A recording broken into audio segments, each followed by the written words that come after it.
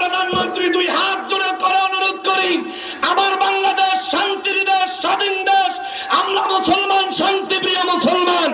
এই ভারতের বেঈমানকে বাংলাদেশে এনে বাংলাদেশের শান্তি নষ্ট করবেন না, ঠিক কিনা বলেন? মাননীয় প্রধানমন্ত্রী, আপনারা তো ভুলে দেওয়া উচিত নয়। আপনি নিজে বলছেন আপনি পিএইচ ছাড়া খান, বলছেনই প্রধানমন্ত্রী বক্তব্যে, বলছেনই আপনারা পিএইচ ছাড়া খাওয়াইছে এই মোদি, ঠিক কিনা বলেন? সেই বাংলার জমিনে মোদি নামক কুলাঙ্গার যদি পাও রাখে, ইন্ডিয়ার জমিনে যেইভাবে আল্লাহর ঘর মসজিদে আগুন দেওয়া হয়েছে, বাংলার জমিনে একটা মন্দির রাখা হবে না। প্রত্যেকটা মন্দির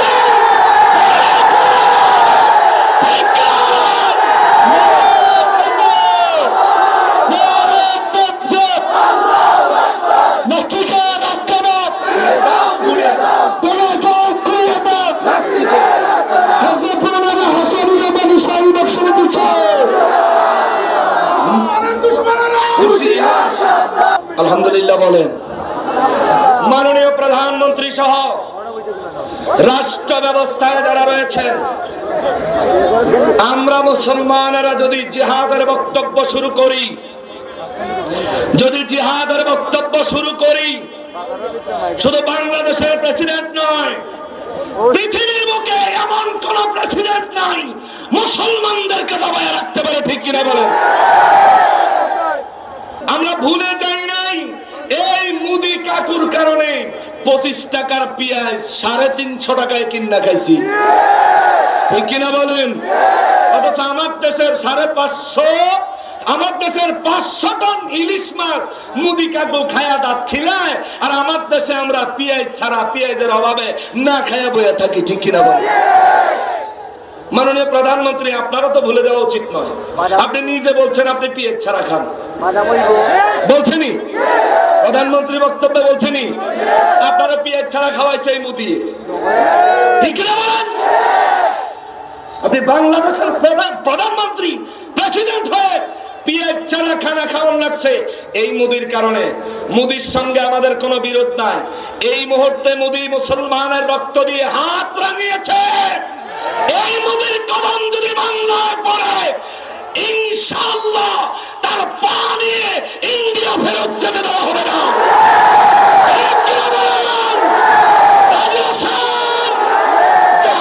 প্রয়োজন হলে আসতে চাই কি চাই না, আমাদের প্রয়োজন হলে আসতে চাই কি চাই না, ইন্ডিয়ার হিন্দু বেঈমানদের আমরা এই দেশে দেখতে চাই না, ঠিক কিনা?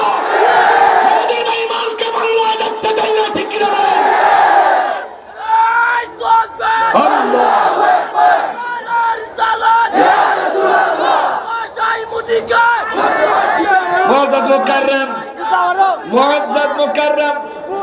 কেন তাদের বিরুদ্ধে এত কথা বলি?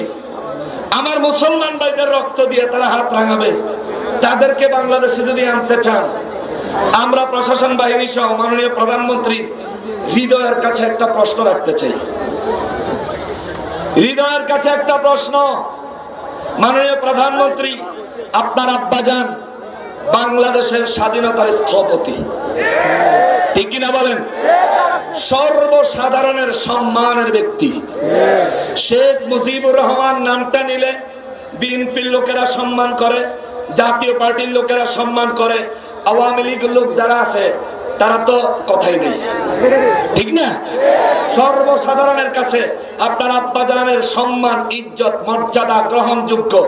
আপনার আব্বাজান যেইভাবে এই দেশকে স্বাধীনতার স্থপতি হিসেবে, স্বাধীনতার ঘোষক হিসেবে ঘোষণা দিয়েছেন, স্বাধীনতার যুদ্ধে ওনার যতটুকু অবদান আছে, তার সঙ্গে সঙ্গে তিনি এই কথাটাও বক্তব্য দিয়েছেন, বাংলাদেশ পৃথিবীর মধ্যে দ্বিতীয় মুসলিম কান্ট্রি। জোরে কন্যা, ঠিক কিনা?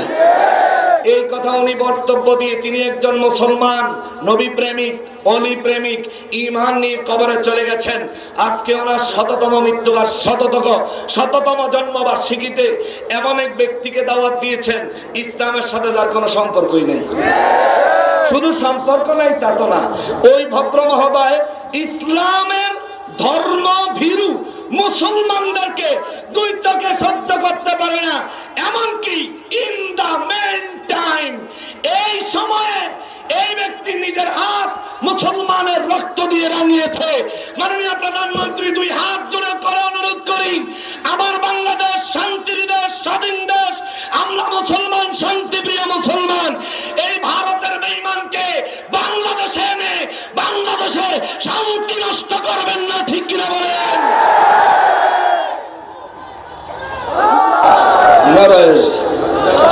মুআজ্জাজ মুকাররম, এই কথাগুলি কেন বললাম?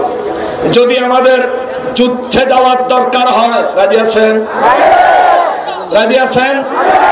সবাই হাত নামান। হাত নামাইছেন নি? মুসলমানের অস্তিত্ব রক্ষায় যদি যুদ্ধে গিয়ে শাহাদাত বরণ করতে হয়, সত্যিকার অর্থে মন থেকে বলবেন, ঈমানের আওয়াজ থেকে, কে কে শাহাদাত বরণ করতে রাজি আছেন? একটু দাঁড়ান। কারা শাহাদাত বরণ করতে রাজি আছেন? দাঁড়ান। নারায়ে তাকবীর, নারায়ে তাকবীর, নারায়ে রিসালাত, নারায়ে রিসালাত, শাহজালালের তলোয়ার, কারবালার হাতিয়ার, ইসলামের দুশমনেরা, মুসলমানের দুশমনেরা। মারহাবা, আলহামদুলিল্লাহ। বসেন, আল্লাহ তাআলা কবুল করেন, জোরে বলেন আমিন। বসেন।